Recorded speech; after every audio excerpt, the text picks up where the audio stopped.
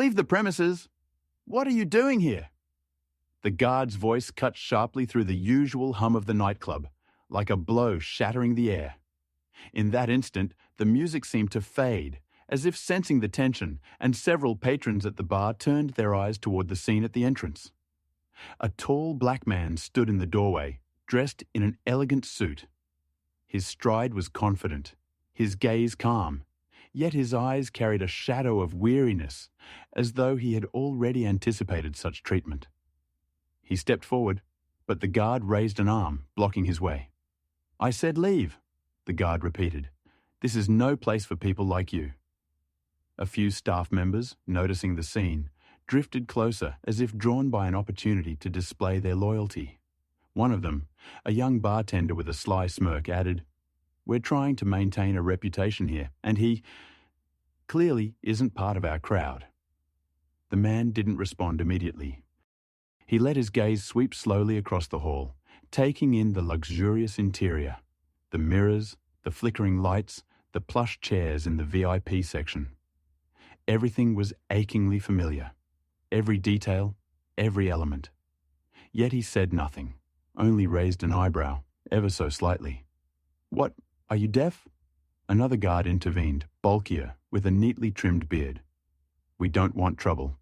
Leave peacefully before we call the police." "The police?" the man repeated softly, almost to himself. "And what exactly have I done to deserve such attention?" "You're not on the guest list," the bartender cut coldly, "which means you're nobody here, and judging by the way you look—" He paused, his lip curling with disdain. "You'd better go." Someone in the crowd laughed. Another whispered into their neighbor's ear. The situation was turning humiliating, but the man remained outwardly composed. Beneath his calm expression, however, a heavy feeling grew. Not anger, but the familiar sting of disappointment. He had faced this before. Too many times. One of the guards stepped forward, his hand nearly brushing the man's shoulder. "Don't make us use force," he muttered through clenched teeth. The man raised a hand, as though halting an invisible tide. His voice was calm but firm. "I didn't come here by accident." "Is that so?" the bartender scoffed. "We have strict rules. People of a certain standard gather here. You don't belong." "A certain standard," the man echoed, locking eyes with him. "And how exactly do you measure it? By clothing? By skin color? By what your imagination tells you is right?" The staff exchanged uneasy glances. For them, it was simple. A black man in an upscale club meant outsider, maybe even criminal. One guard whispered to the other, "Hey, doesn't he look like that guy who was wanted recently? Maybe it's him." The words lingered in the air like poison. Several guests, catching fragments, stiffened at once. Their stares turned suspicious. Now 2 guards moved in closer, ready to grab him. The man stepped back, not out of fear, but to keep space between himself and the hostile figures. His eyes flashed, and for the first time his voice carried a sharp note. "You accuse me without proof." "We're following procedure," the guard snapped. "If you don't want trouble, leave." The man stood silent for several seconds. His fingers curled slightly, then relaxed again, as if restraining an inner storm. "Trouble?" he repeated quietly, almost with a smile. Sometimes the trouble isn't who walked in, but how he was received. He looked at the guests, who were now watching intently. Some expected a scandal, others a fight. The air vibrated with tension, like the charged stillness before a storm. The guard stepped closer. "Last warning. Leave the club. You're not welcome here." The man fixed him with a long, piercing stare. In that moment, something shifted, as if the entire room sensed an unseen boundary. He didn't shout, didn't justify himself. He only looked, and in his silence there was power. The bartender, forcing a bravado smile, sneered. "What's the matter? Cat got your tongue? Or did you realize you came through the wrong door?" Suddenly, the man took a step forward, breaking through the circle forming around him. His voice rang out, firm and unwavering. "Mistaken, yes, but not by me." The words hung in the air like a riddle. The guards frowned, unsure of his meaning. The guests froze, waiting. The atmosphere thickened with every heartbeat, and it was clear. Something was about to happen. Something that would change the balance of power. But no one yet knew what.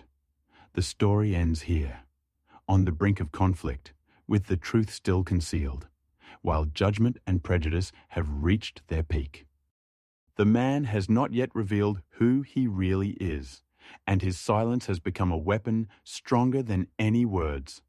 The hall froze, as if time itself had slowed. All eyes were locked on the man and the guards, and even the music seemed to retreat into the background. People stopped dancing. Whispers drifted through the crowd like a breeze. What's going on?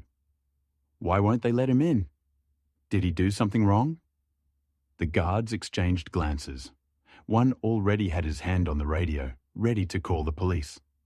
The bartender, pleased with the attention, seized the chance to fuel the fire. Still here? He drawled mockingly. I thought people like you understood hints the first time. The man looked at him calmly, as though the words caused no pain, though inside everything was boiling. He knew perfectly well that people like you had nothing to do with status or manners. It was only about his skin, and that phrase lodged inside him like a block of ice. I'll stay, he said quietly, but with such certainty that his voice carried more authority than all the club's staff combined.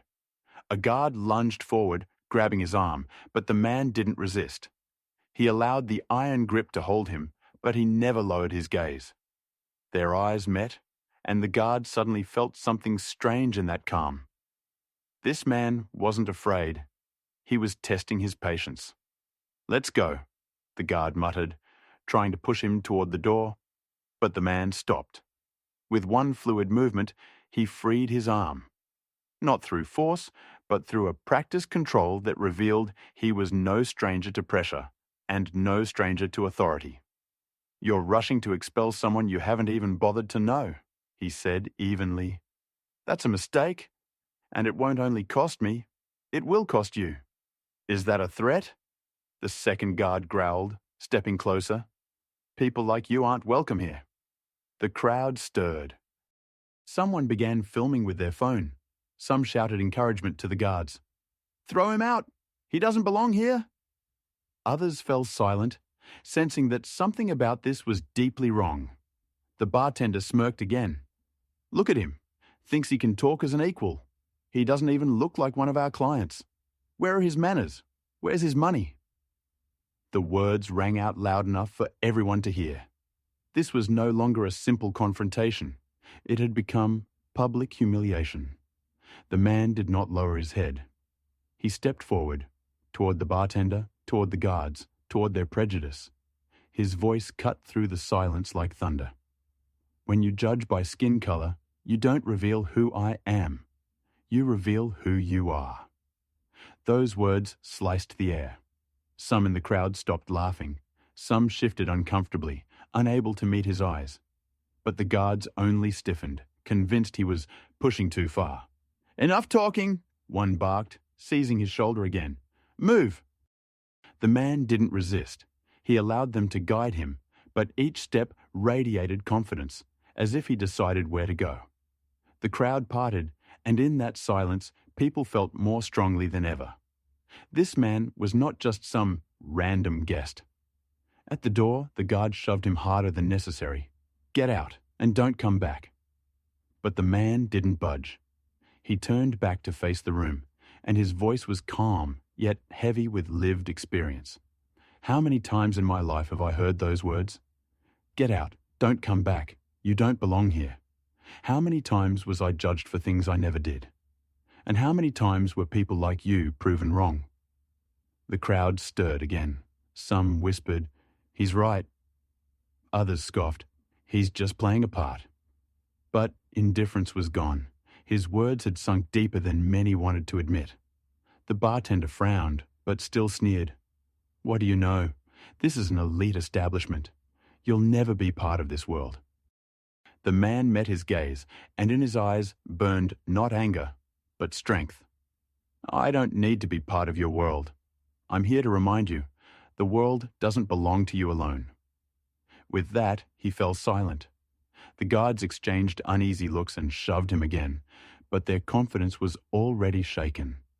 They didn't understand who this man was, why he stood so firm, why he refused to break.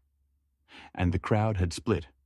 Some whispered words of support, others mocked, while many kept recording, knowing that tomorrow this scene would spread across social media. The man stood at the very threshold of the club, on the edge of being cast out, but he didn't look defeated. On the contrary, it seemed as though everything was only just beginning. His silence weighed more heavily than words, and everyone watching felt it. There was something more to him than met the eye. It was in this silence, in this hidden truth, that the real intrigue lay. Once again, the story halts here, at the edge of revelation. The man's true identity, his status, his power, his right to stand there, remains concealed. But every step, every word, brings that truth closer. The murmur of voices swelled, turning into a true chorus, a blend of laughter, whispers, judgment, and curiosity. Some kept recording on their phones, others commented loudly, while a few looked away, unwilling to witness the obvious injustice. The guards closed in tighter around the man, as if afraid he might suddenly lash out. But he stood calmly, hands relaxed at his sides, his gaze direct and unwavering. "Take him out," the bartender snapped impatiently, no longer hiding his irritation. "This isn't the place for speeches." One of the guards gripped the man's elbow and yanked him toward the door. But once again, with a subtle motion, the man freed himself. Not roughly, not defiantly, simply as an act of dignity, a refusal to accept humiliation. "You're so eager to be rid of me," he said softly, yet clearly enough for everyone to hear. "But perhaps that eagerness itself is your mistake." "Mistake?" The bartender smirked. "The mistake was letting you in at all." His words drew approving laughter from the crowd. Several guests chimed in. "Exactly right. Send him out. We came here to relax, not listen to some lecture." Only in the back of the hall, a young woman at a table shook her head and whispered to her companion, "They don't even realize how they look right now." But her words were drowned in the noise. The man stepped closer into the center of the hall, into the light. Now everyone could see him clearly. Tall, poised, dignified, dressed in an expensive yet understated suit. He didn't need words to command respect. It radiated from him naturally, and that alone unsettled those who tried to belittle him. "Look at him," the bartender said again, as if defending himself against that invisible presence. "Thinks he's above the rules. Thinks that just by staring down at us, we'll let him get away with it." "I don't think," the man replied calmly. "I know. Every word you speak is a mirror. It reflects not me, but you." The crowd fell silent. Even the music suddenly felt too loud, and the DJ turned it down. The man's words cut through the air, planting seeds of doubt on many faces. But the guards weren't backing off. "Enough talking," barked the senior guard. "One more word, and you're going straight to the station." "The station?" The man tilted his head slightly. "For what? For standing here? For daring to remain calm while you humiliated me? For my skin, which you've decided makes me a criminal?" He stepped forward, closing the distance to 1/2 meter. His voice carried no anger, no fear, only steady confidence, the kind that suddenly made the guard uneasy. "You talk too much," the guard muttered, looking away. "No," the man said. "I say just enough. Enough for everyone here to remember this moment." The words hung in the air. The crowd split in two. Some still muttered, "Throw him out already," while others, for the first time, dared to speak aloud. Maybe he's right. They are going too far. He hasn't done anything. And that was the most dangerous thing for those holding power. Their authority was beginning to crack. The bartender, sensing control slipping away, raised his voice. "Why are you even listening to him? He's nobody. He shouldn't even be here." "Nobody." The man turned toward him. "Can a nobody stand here and make you fear his silence? Can a nobody speak in a way that robs your words of strength?" The bartender fell silent. His face betrayed what he couldn't hide: anger mixed with confusion. The man looked back at the crowd. His voice softened, yet carried an unshakable firmness. "Every one of you has faced injustice. Some of you quietly, some loudly, but few dared to stop it. Today, you decide who you are, mere witnesses or participants." The words struck the hall like a blow. Even those who had laughed and shouted before now fell quiet. The atmosphere shifted. Tension thickened, nearly unbearable. The guards still stood firm, but their certainty had evaporated. The crowd no longer backed them unanimously. And the man stood tall, as if knowing, truth stands longer than lies. The club sank into a grave silence. The music cut off completely. The DJ froze. The waiters stopped moving. The bartender clenched his fist so tightly his knuckles turned white. "Last warning," hissed the guard. "Get out." But this time his voice trembled, and everyone heard it. The man met his eyes, a long, heavy stare that said more than words ever could. His face was unreadable, but his silence radiated power. The crowd held its breath, waiting for resolution. Some shook their heads faintly, realizing this was more than a petty quarrel in a nightclub. And at that moment, everything hung suspended. Between word and action, between truth and delusion, between justice and prejudice. The story ends here, at the very peak of tension. The man's identity remains hidden, but his words and presence have already begun to change the room. The noise in the hall swelled again, but now it was no longer a unified chorus of condemnation. It was a hum of doubt, laced with unease. People exchanged glances. Some whispered to their neighbors. Others kept recording on their phones, eager to capture the moment of truth. A few smirked, expecting a fight, while others were beginning to realize they were witnessing something far greater than a trivial nightclub dispute. The bartender, who had moments earlier felt secure in his control, suddenly sensed the ground slipping beneath him. He tried to seize it back, his voice sharp and mocking. "What are you waiting for?" he barked at the guards. "Throw him out. People don't want his kind lingering here." His voice faltered on the word, his kind, and keen ears caught it.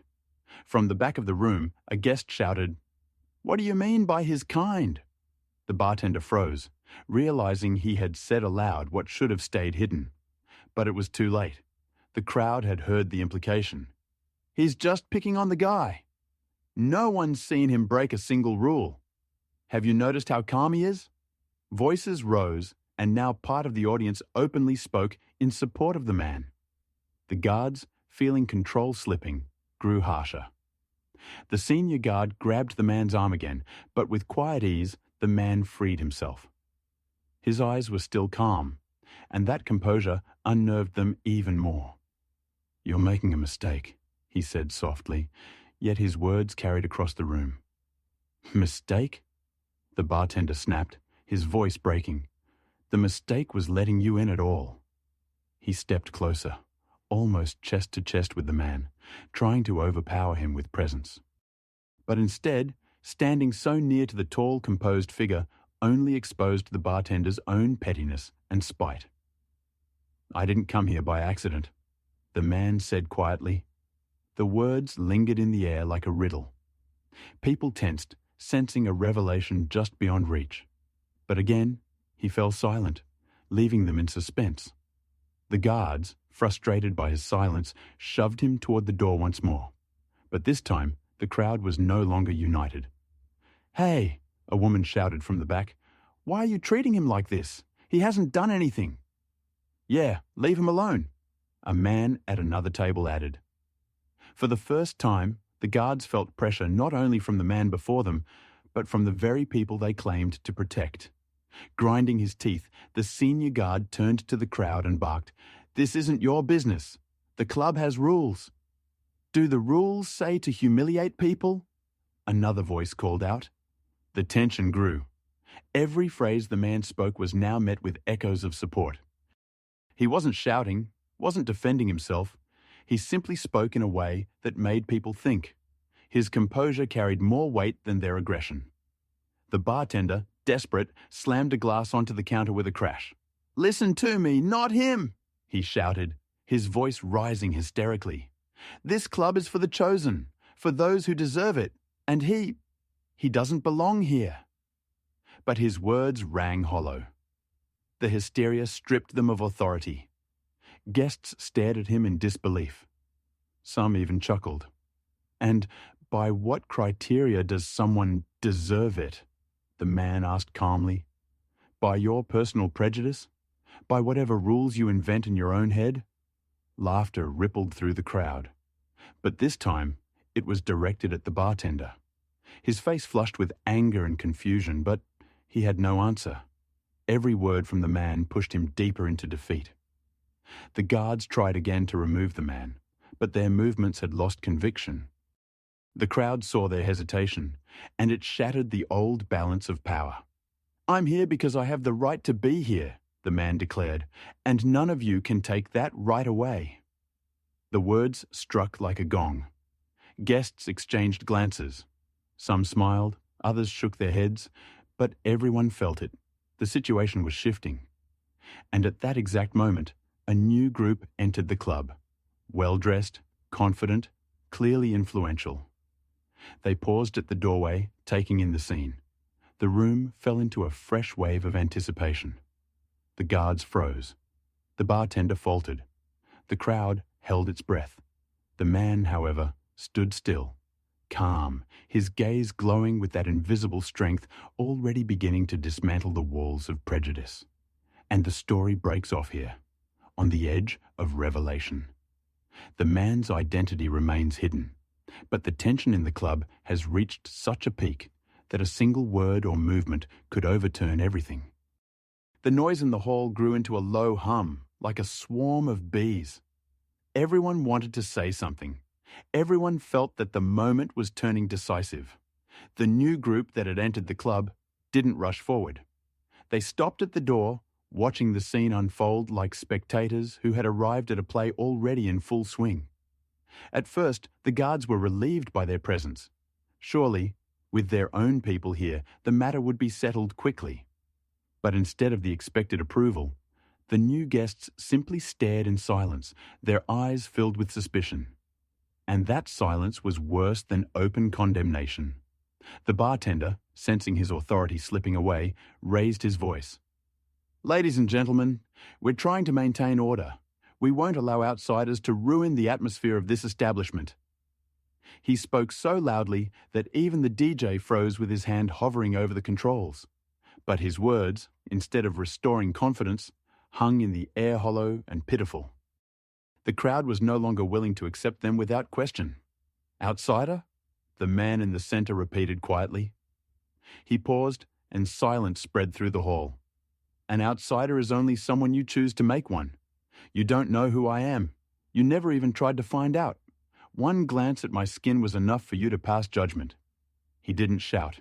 His voice was calm, but each word landed as if aimed at every person individually. Whispers died down. People leaned in, catching every phrase. The guards stepped forward again, but no longer with the same certainty. Their shoulders trembled slightly, their movements sharp, as if they were trying to smother their own doubts. Enough, the senior guard said, grabbing the man's arm. You talk too much. Once more, the man freed himself with ease. His gaze was heavy, carrying a strength that made a simple gesture more powerful than any blow. I say only as much as needed for everyone here to hear the truth, he replied. The crowd erupted. Let him stay. He hasn't broken a single rule. You're making fools of yourselves. The bartender turned pale. For the first time that night, he realized the situation was slipping out of his control completely. His attempt to humiliate one man had turned dozens of eyes against him. He slammed his fist on the bar, his voice breaking. Are you blind? Look at him. He doesn't belong here. He has no place among us. Or maybe you're the one who has no place here, came a voice from the crowd. The bartender spun around, trying to find the source, but laughter and cheers drowned him out. The man in the center didn't smile, didn't bask in triumph. He stood tall and steady, as if he had been waiting for this very moment. Every time you call someone the wrong kind, or not from here, he said, you risk showing your true weakness. Because strength doesn't lie in banishing and humiliating. Strength lies in respect. Those words changed everything. Some guests rose from their seats, moving closer as if to stand with him. Phone cameras flashed everywhere. It was clear. By tomorrow, the entire city would be talking about this night. The guards exchanged nervous glances. The bartender clenched his fists, his face twisted with rage and despair. He stepped forward nearly nose to nose with the man and hissed, "You think you've won? You think you can just walk in here and lecture us?" The man looked at him with that same calm that made the bartender's stomach knot. "I'm not lecturing you. I'm only showing you your own reflection." The bartender froze. The crowd stirred again, this time with laughter and scorn directed at him. To everyone watching, he no longer looked like a defender of order, but like the first to crumble under pressure. The situation teetered on the brink of collapse. The tension in the air was almost tangible, pressing down on everyone. It felt as though one more second, one more spark, and everything would explode. And then the door opened once more. A man in an expensive suit entered, clearly one of the so-called elite guests the bartender had boasted about. His presence turned heads immediately.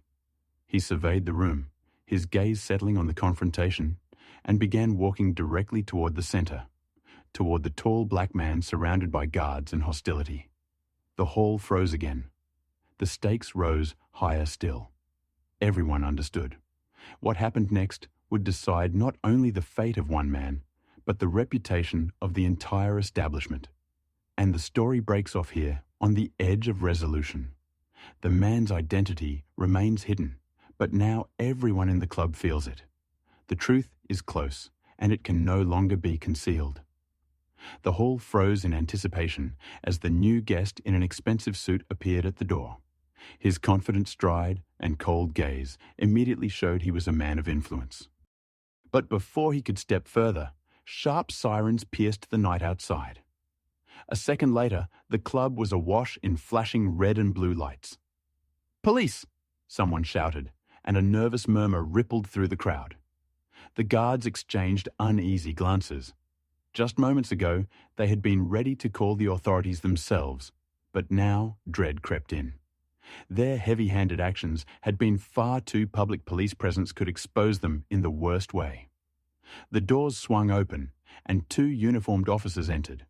Their steps were clipped, their expressions tense. One scanned the crowd, the other lingered at the threshold, weighing the seriousness of the situation. "What's going on here?" the senior officer barked, his voice cutting clean through the noise.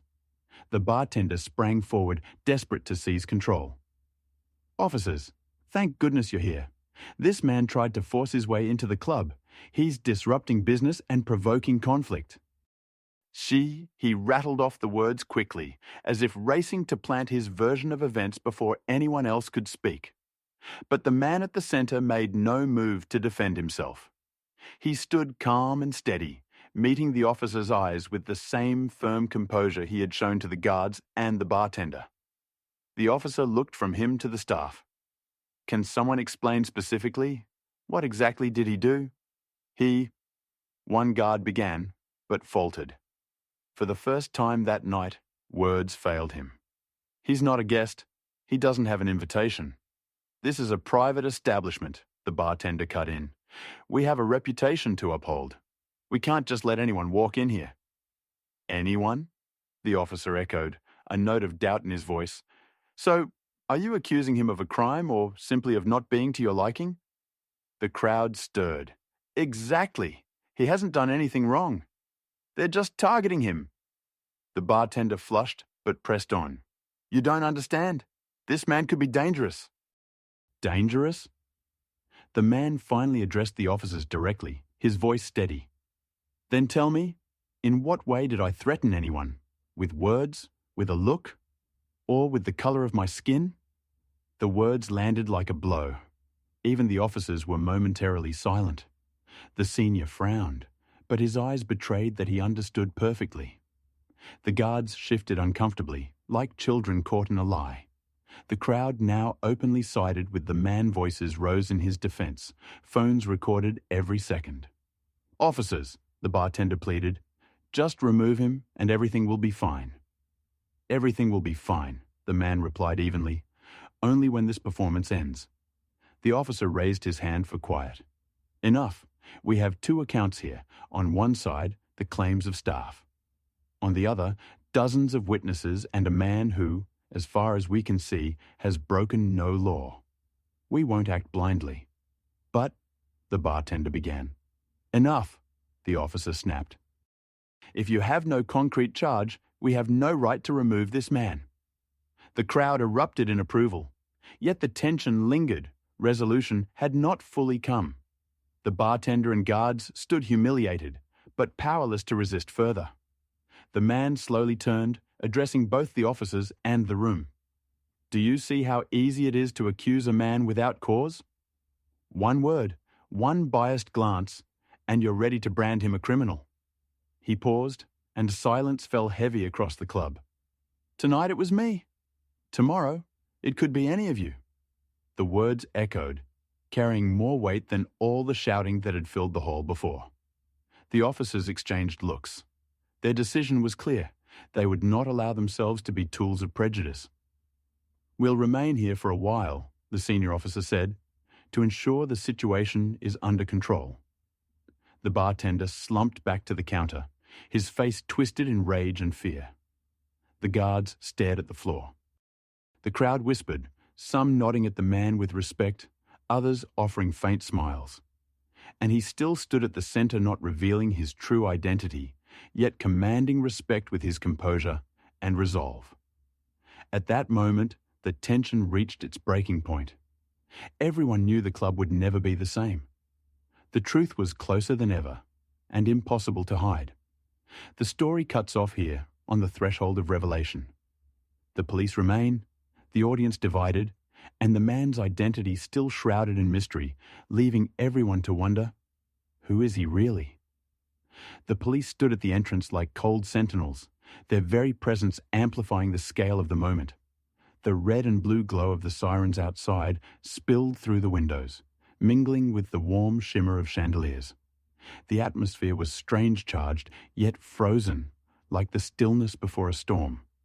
The black man remained in the center of the hall. He neither shouted nor defended himself, and that, more than anything, drove his opponents mad. His silence was louder than any words, his composure stronger than any aggression. The crowd pulsed in waves, now noisy, now hushed, like the breath of a great organism torn between doubt and anger. The bartender, unwilling to accept that the police hadn't taken his side, spoke again. His voice was sharp, but the edge of certainty was gone. "Officers, you must understand, people like him don't just come here by accident. I'm responsible for order, and if we look the other way now, tomorrow there'll be a dozen more like him." The phrase, "people like him," rang too clearly. A dissatisfied murmur rolled through the hall. Several patrons openly booed, and a woman shouted, "You don't even realize how disgusting that sounds." The bartender paled, but pressed on, as if clinging to the last scraps of dignity. "I'm doing my job, and if you think this man is harmless, you're deeply mistaken." "Mistaken?" the man repeated quietly. He stepped forward, and the light fell across his face so that everyone could see the calm firmness in his eyes. "Mistaken is your word. Mistaken to think the right to humiliate comes with your position. Mistaken to imagine you can make an enemy out of someone simply because he doesn't look like you." The words struck nerves. The crowd split completely. Some murmured approval. Others whispered anxiously, fearing the night would end in a fight or scandal. The senior officer stepped closer, his voice cold. "We need to know clearly. Has this man broken the law? Is there any reason to detain him? The guards said nothing. Their hands were tight, but their confidence was gone. At last, the eldest muttered. He behaved provocatively. Provocatively? The man echoed. So, provocative means refusing to bow beneath your prejudice? The officer glanced from him to the guard, then to the bartender. The weakness of the accusation was plain. The crowd grew louder, siding more openly with the man. We saw everything. He didn't attack anyone. They started it. They're the ones who caused the scene. The bartender shouted hoarsely, Shut up! You don't understand. If we let people like this in, our club loses face. But his voice was drowned out by laughter. Harsh laughter, full of scorn. Now he looked like the outsider in his own club. The man studied him calmly and finally said, It's not the club that loses face. It's the one who forgets that respect matters more than any rules. The words sealed the shift. People applauded. Some rose from their tables. Others called out encouragement. The air transformed before their eyes. The bartender and guards now looked cornered, while the man stood at the very center of power. The officers, noticing the shift, decided to intervene only enough to prevent chaos. Enough, the senior said firmly.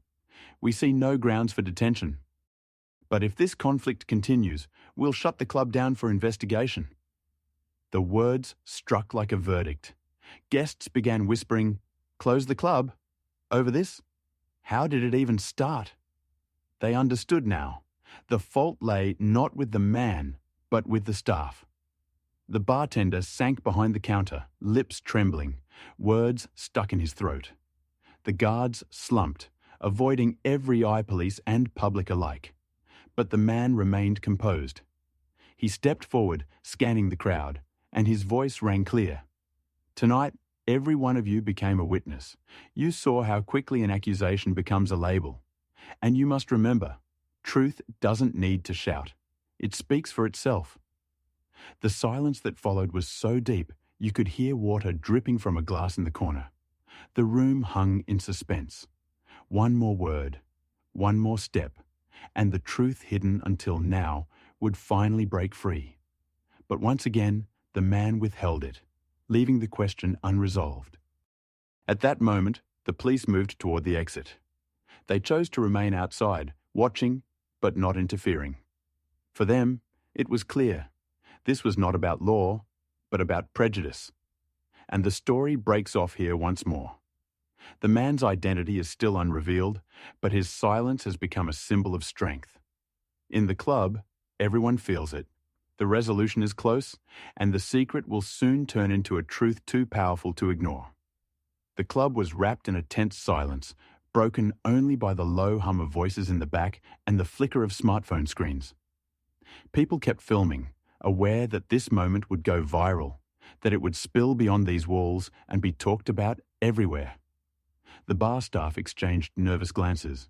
The guards shifted uneasily, and the bartender, fists clenched, looked like a man on the verge of snapping. The black man stood calmly, like an invisible center of gravity around which all the chaos revolved. His stillness pressed harder than any shout. The crowd felt it, and more of them began to lean to his side. One young patron spoke out loudly. This isn't fair. We all saw them trying to throw him out for no reason. A woman in a bright dress joined in. Yes, and if the police hadn't shown up, who knows how it would have ended. Supportive voices rose, and the bartender, losing his composure, screamed, Shut up! You don't understand anything. This man shouldn't be here, period. But his words fell flat. The crowd grew louder, their noise charged, not with fear, but indignation. The police, watching from the side, cast a cold glance at the bartender. Contempt was clear in their eyes. He had exposed himself too plainly. The guards tried again to approach the man, but the audience stopped them. Two patrons stepped forward, forming a human barrier. One of them said firmly, Enough. If he leaves, then we leave with him. The guards froze. No one had expected the crowd to defend the outsider. You're digging your own grave, The bartender hissed at the crowd. "This man is fooling you. He's playing a role." "A role?" The man finally spoke again, his voice calm but edged with steel. "Perhaps, but if being calm and resolute is what you call playing a role, then you've long forgotten how to see real people." The crowd stirred, then applause broke out. Hesitant at first, then stronger, until it rolled into a wave of clapping across the hall. The bartender paled. His lips trembled. He understood. His power was crumbling before his eyes. What had begun as the simple removal of an unwanted guest had become a social disaster with him at its center. The guards lowered their eyes and stepped back. They no longer wanted to face not only the man, but the crowd that seemed ready to crush them morally. The man took a step forward, and the applause quieted instantly. His voice was low, but each syllable rang clear. "Tonight, all of you became witnesses.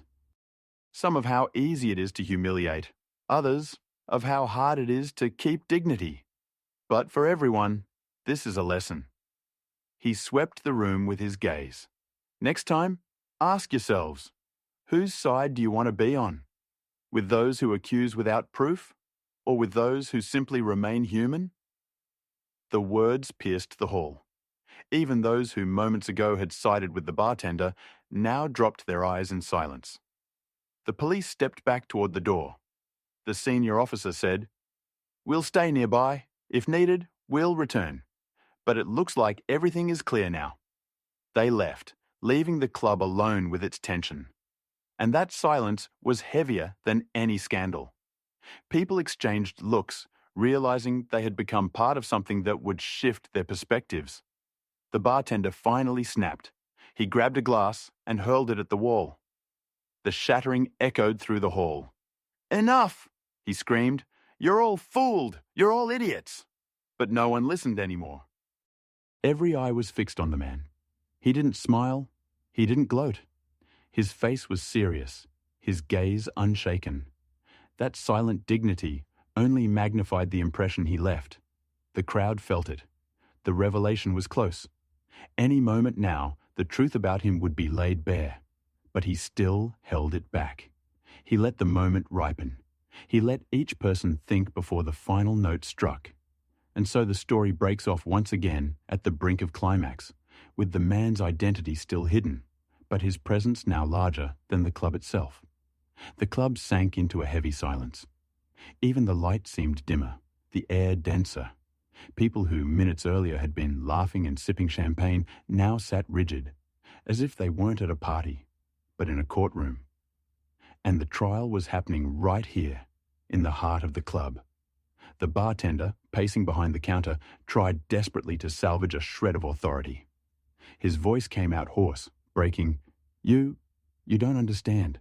This man is a fraud. He's manipulating your emotions. He's provoking you on purpose." But no one answered. The crowd was silent.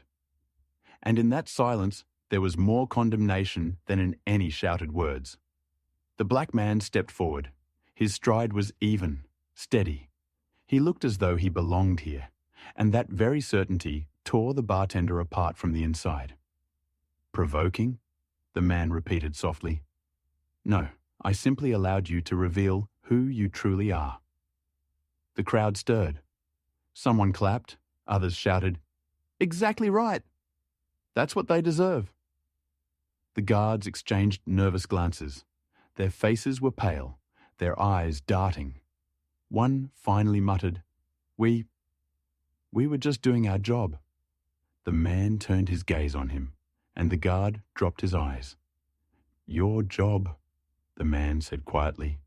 "If your job is to humiliate the innocent, then sooner or later you'll stop being human." The words cut through the room like a blade. The bartender snapped. He bolted from behind the counter, jabbing a trembling finger at the man. "You're all blind! This man is nobody! Just a passerby! He has no right to be here!" But his voice now sounded pitiful, the squeal of a cornered man. The crowd erupted, the sense of order dissolving. Several guests moved closer, taking their place at the man's side. He was no longer alone. Supporters formed a circle around him. The balance of power had shifted. The center of the room no longer belonged to the bar, but to the unwanted guest. Seeing this, the bartender all but lost his mind. "Security! Restrain him! Now!" But the guards didn't move. Fear and confusion marked their faces. They knew any wrong move would backfire. The crowd no longer stood with them. "Well?" the bartender barked, but his words hung uselessly in the air. The man raised a hand. "No, violence never earns respect. It only exposes your weakness." He locked eyes with the bartender. The long, piercing look shattered what little confidence the man had left. The bartender staggered back, step by step. At that moment, the doors burst open again. The same two officers returned, drawn back by the noise. "What's happening here?" the senior officer demanded, scanning the hall. Then something remarkable occurred. Dozens of voices rose at once, but not against the man, against the staff. It was the bartender. He started humiliating him. They tried to throw him out for no reason. He was just standing there, and they treated him like a criminal. The officers frowned. The bartender turned pale, stammering excuses. They're all in on it. They don't know the truth." But the officer raised his hand, silencing him. His eyes turned to the man. "Do you wish to file a report?" The hall fell still again. Every eye was on him, but the man stayed true to himself. He simply shook his head. "I'm not seeking revenge," he said.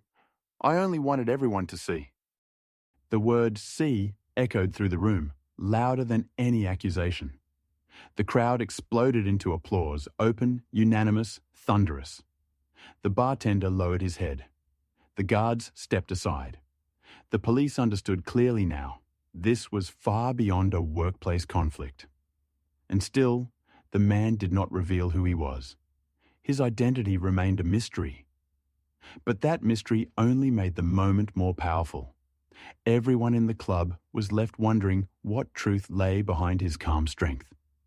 He stood in the center, surrounded by applause. And once more, the story breaks off here, at the edge of final climax. The applause faded slowly, like the ebb of a tide, leaving behind a sense of inevitability. People exchanged glances, their eyes a mixture of respect, unease, and fear. No one saw this as a simple nightclub incident anymore. This had become an event, a turning point where everyone present was forced to choose a side either for or against. The bartender sat slumped on the edge of the counter, breathing heavily. His face had gone ashen, his lips pressed into a thin line. He understood. The crowd was no longer his. Even the guards, who only minutes ago would have obeyed any order, now stood apart, trying to make themselves invisible. The black man, without a single sudden gesture, still held the room. His silence carried more weight than shouting ever could. He stood like a fixed axis, the air itself seeming to underline his presence. "You know what's most frightening?" he said softly, and the silence fell over the hall like a wave. "Not your words, not your threats. What's frightening is that you truly believe in your right to humiliate." The words thundered through the hall. People clenched their glasses. Some lowered their eyes. Others stared directly at him, as if trying to memorize his face. The bartender tried once more, stammering, You're just exaggerating, But his voice cracked. And that tremor revealed to everyone that he had lost. The crowd erupted. "Stop making excuses! We saw everything!" The bartender fell silent, defeated. From among the guests, a tall man in a sharp suit rose and walked to the center. His footsteps echoed. He stopped beside the black man and turned toward the crowd. "Enough," he said firmly. "Tonight, we all saw how prejudice can wound deeper than any blow. But we also saw that dignity rises above all." The crowd roared with approval. Applause broke out again, louder this time, sweeping across the hall. The police at the door exchanged a glance. They didn't intervene. The conflict had spun out of their hands, but it remained bound by words and emotions. Their presence now was symbolic, the law observing, but not interfering. The bartender snapped. He shot to his feet, grabbed a bottle, and screamed, "You don't understand. If we let this man stay, we'll all lose control." But his words dissolved in the noise. And worse, no one saw strength in him anymore. People looked at him with pity, even contempt. The man stepped closer, his voice calm but edged with steel, enough to make even the officers stiffen. The only ones losing control are those who build their order on injustice. The bartender's hand shook. The bottle slipped and crashed to the floor, glass scattering with a sharp echo. The crowd gasped, but no one moved. They all knew this was the breaking point. "You all," the bartender whispered, but his voice broke and died. The man turned back to the crowd. His eyes swept over them, and everyone felt the words aimed directly at them. "Tonight, you witnessed one man trying to shut the door on another. But remember, a door closed for one today may be closed for you tomorrow." The words rang out like a final chord. The crowd answered with thunderous applause. Someone climbed onto a chair to shout their support. The atmosphere surged into a storm. The police took a step forward, ready to steady the crowd, but quickly realized this was no longer theirs to control. What was happening was greater than them, a lesson each person would carry away. The bartender, broken, slumped back against the wall. He looked small now, diminished. The guards hung their heads in silence, and the man still stood at the center, his silence towering above the chaos. His identity remained unknown, but that very mystery made him more powerful. Everyone understood now. He was no ordinary stranger. He had become a symbol. And here the story cuts once more, at the edge of revelation. His identity still hidden, the tension at its peak, the crowd fully behind him, the staff defeated, and the police reduced to silent witnesses. The hall was silent again, so silent that the crunch of glass beneath the bartender's shoes echoed like gunfire. He stood slumped against the counter, drained, his eyes darting helplessly between the guards, the police, and the crowd that now leaned unmistakably toward the man at the center. The black man had not moved. It was as though he absorbed all the silence of the room, standing calm, betraying neither anger nor triumph. His eyes gleamed, but his face remained composed, as if he were watching a natural process play itself out. One guest finally broke. "We came here to enjoy ourselves, and instead we witnessed a disgrace." His words drew shouts of agreement. A disgrace not for him, but for you. He pointed at the bartender and the guards. The crowd erupted. Some clapped, others began to chant, "Shame! Shame!" The bartender went pale. His lips quivered, words stuck in his throat. For the first time all evening, he looked utterly broken. The officers at the door observed quietly. The senior frowned and said flatly, "It seems clear. The disturbance didn't start with him." So that single phrase crushed what was left of the staff's authority. Phones went up, flashes sparked, and voices shouted, "Tomorrow the whole city will know. Let everyone see what happens here."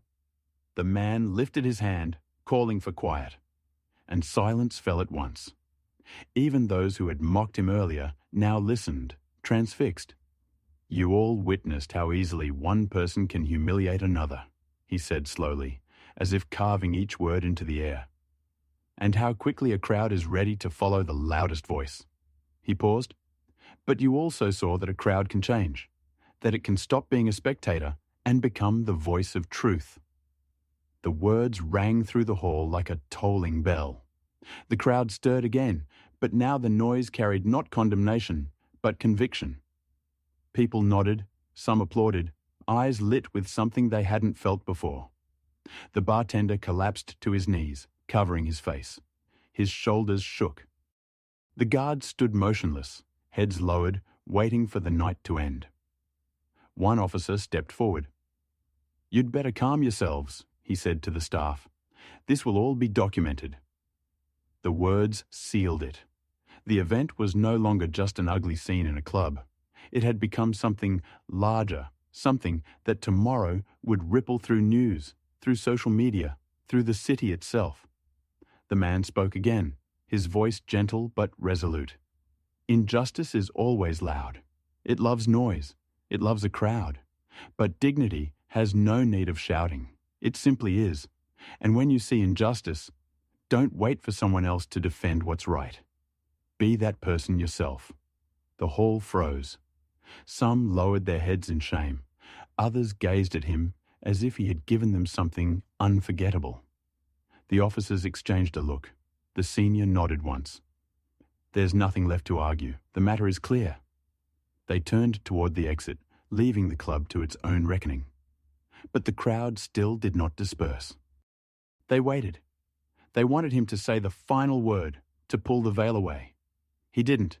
He only looked at the bartender, then the guards, his eyes carrying no malice, only heavy, quiet strength. On his knees, broken, the bartender raised his head. His red-rimmed eyes shone with desperation. "Who are you?" he whispered. Silence. It was the question on everyone's lips, but the man did not answer. He only allowed the faintest smile enigmatic, almost unreadable. The crowd buzzed again, but now with a different tone. Curiosity tinged with respect. The mystery deepened. Then one patron spoke, loud and clear. Even if we don't know who he is, we know who he is not. He is not a criminal. He is not an outsider. He is a human being. The words were met with thunderous applause. Cheers rolled through the hall until the sound became a storm. The man raised his hand once more, and the storm fell silent. His eyes gleamed as he said, "Sometimes a single night is enough for everyone to see the truth." And silence swept the room. He had not revealed himself, but that only heightened the weight of the moment. Everyone knew his identity mattered, but what had truly changed was greater than a name. The story breaks here. His identity remains veiled, but he has become something more, a symbol of strength, of dignity, and of silent victory over injustice. The hall remained silent for a long moment, broken only by the bartender's ragged breathing and the crunch of glass shards beneath his shoes. He stood slumped against the counter, drained, his eyes darting between the guards, the police, and the crowd. Yet all gazes now gravitated toward the man in the center. The black man hadn't moved. He carried the silence within him, his stillness commanding more respect than any show of force. His expression was calm, but his eyes held a depth that made the entire room feel smaller around him. Finally, he spoke. His voice was low, resonant, and it seemed to echo through the very walls. "You all wonder who I am. To some, I was a stranger. To others, a threat. To others, still an intruder. But there is one truth. This club belongs to me." The words fell heavy, like stones dropped into water. The ripple spread instantly. Gasps, shouts, disbelief surged across the room. "What? He's the owner? No, that can't be." The bartender croaked, You're lying." But then a well-dressed man stepped forward from the crowd. His presence alone commanded respect. "It's true," he said clearly. "I've seen him at the board meetings. His name is on the documents. He is the owner." The murmur turned into a roar. Everything now aligned, his composure, his authority, his refusal to be shaken. "I built this club," the man continued. "Every lamp, every table, every detail here is part of my work, my labor, my dream. And tonight I was nearly thrown out. Not because I broke rules, not because I caused trouble, but because you decided a man of my color couldn't possibly be the owner." The silence that followed was different now. It was the silence of shame. Heads dropped, eyes avoided his gaze. All blame, all disgrace fell squarely on the staff. The senior officer spoke, his voice cutting the stillness. "It's confirmed. He is the owner. It's for him to decide what happens next." The bartender lurched to his feet, wild-eyed, desperate. "This is a trap, don't you see? If he was the owner, why stay silent? Why let us treat him this way?" The man looked at him steadily, so that everyone could show their true face. That was the final blow. The crowd roared, "Throw him out! Shame! Let him answer for it!" The bartender's complexion turned ashen. His name, his reputation forever, tainted by this night. But the man lifted his voice above the storm. "Tonight, you witnessed how prejudice destroys everything: trust, reputation, even business. But you also saw that truth endures. I don't seek revenge. I don't want punishment. I want each of you to leave here with this thought: never judge a person by skin, by clothing, or by assumption. First know them." The applause was thunderous. People stood, phones high, capturing every word. Some faces glowed with admiration, others with shame, but all of them carried the weight of his lesson. The guards slipped away silently through the side exit. The bartender tried to speak again, but the crowd's roar drowned him out. The police did not intervene. The truth had spoken louder than law. The man stepped forward once more, his voice now carrying the resonance of a verdict.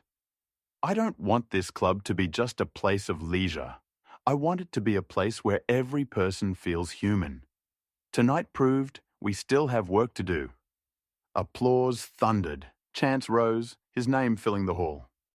A name that many heard for the first time tonight, but one they would never forget. The bartender slunk away, crushed, his every step weighed down by the eyes of hundreds who now saw him as the embodiment of injustice. And the man stood at the center, his truth finally revealed. His face calm, but his eyes alight with something greater, the belief that even in the darkest room, the flame of dignity could burn bright. The story had reached its resolution. The mask was lifted, the truth unveiled. But the lesson etched deep into every witness would outlast the night itself. The night did not end quickly. Even after the police had gone and the club lights were dimmed, people lingered, talking, arguing, processing what they had witnessed. No one wanted to be the first to leave. Everyone knew they had been part of something far greater than a nightclub quarrel. By the next morning, the entire city was buzzing. Videos of the incident spread like wildfire across social media. Clips showing the bartender's insults, the black man's calm composure, his shocking revelation that the club was his. Hashtags with his name trended everywhere. News anchors replayed the moment the crowd erupted in applause. But the biggest storm broke within the club itself. The aftermath. Inside the club. In the adjoining office that morning, the leadership gathered. Their faces were tense, their voices hoarse from sleepless hours. When the owner, the same man who had been tested so brutally, entered, he took his place at the head of the table with the same calm dignity that had silenced a crowd the night before. "We need to talk about consequences," he said. The staff who had been involved in the incident sat slouched, already defeated. The bartender had been summoned along with the guards. They looked like men awaiting sentence. "You had the chance to act professionally," the owner said evenly. "Instead, you chose prejudice and insult. You did not just humiliate me, you humiliated the very idea this place was built on. This club was meant to be a place of freedom, and you turned it into a place of exclusion." The bartender stammered, I didn't know who you were." "That changes nothing," the man cut him off. "Respect does not depend on status. It depends on humanity." The words closed the case. The bartender and the guards were dismissed on the spot. Public reaction. Within days, the story dominated headlines. Newspapers called it the most dramatic dismissal of the year. TV stations ran segments on how the club had become a symbol in the fight against discrimination. Some said the owner was harsh, others called him fair, but no one was indifferent. Young people came to the club just to take photos outside, the place where it happened. Posters against racism appeared on city streets. Debates on equality spread through schools, universities, workplaces. The club transformed inside, everything changed. The owner gathered his remaining staff and spoke to them directly. "We are not just a business. We are the face of society. If we allow injustice inside, we perpetuate it outside. I will not allow anyone here to feel like they don't belong. This club will be an example that every person deserves respect. From that moment, anti-discrimination training became mandatory. The club partnered with rights organisations. Hiring became more rigorous, centred not only on skill but also on values. The rules of the house were rewritten to ensure everyone felt safe. The fallen staff. The dismissed employees became infamous. Their names spread online, tied forever to the scandal. Other venues refused to hire them. The bartender tried to defend himself in interviews, but every word rang hollow against the viral footage of him shouting, "People like you." "I was just doing my job," he insisted in one video. "I didn't mean to offend." But the public no longer believed him.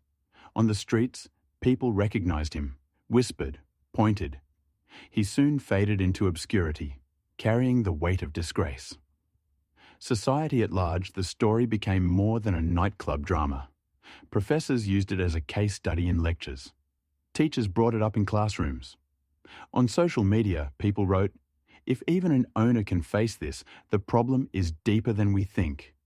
A movement emerged, named after the club itself. Its members advocated for fair treatment and equal rights in workplaces, organising forums, seminars, rallies. The owner's path. As for the man himself, he remained steady. When asked whether he had wanted revenge, he answered simply, "Revenge destroys. Respect builds." He often repeated, "The greatest danger is not hatred, it is indifference. If you see injustice and remain silent, you become part of it." Those words became his credo. The club, which had nearly become a symbol of disgrace, was reborn as a symbol of hope. Guests no longer came only for music and luxury, they came for the principle it now represented. No one was made to feel like an outsider. The owner often walked among the patrons, listening to their stories. His presence was a quiet reminder. Behind his calm was a man who had endured trial and shown that dignity is stronger than prejudice. The story did not end that night. It began there, and its consequences reshaped lives far beyond the walls of the club. Several years had passed.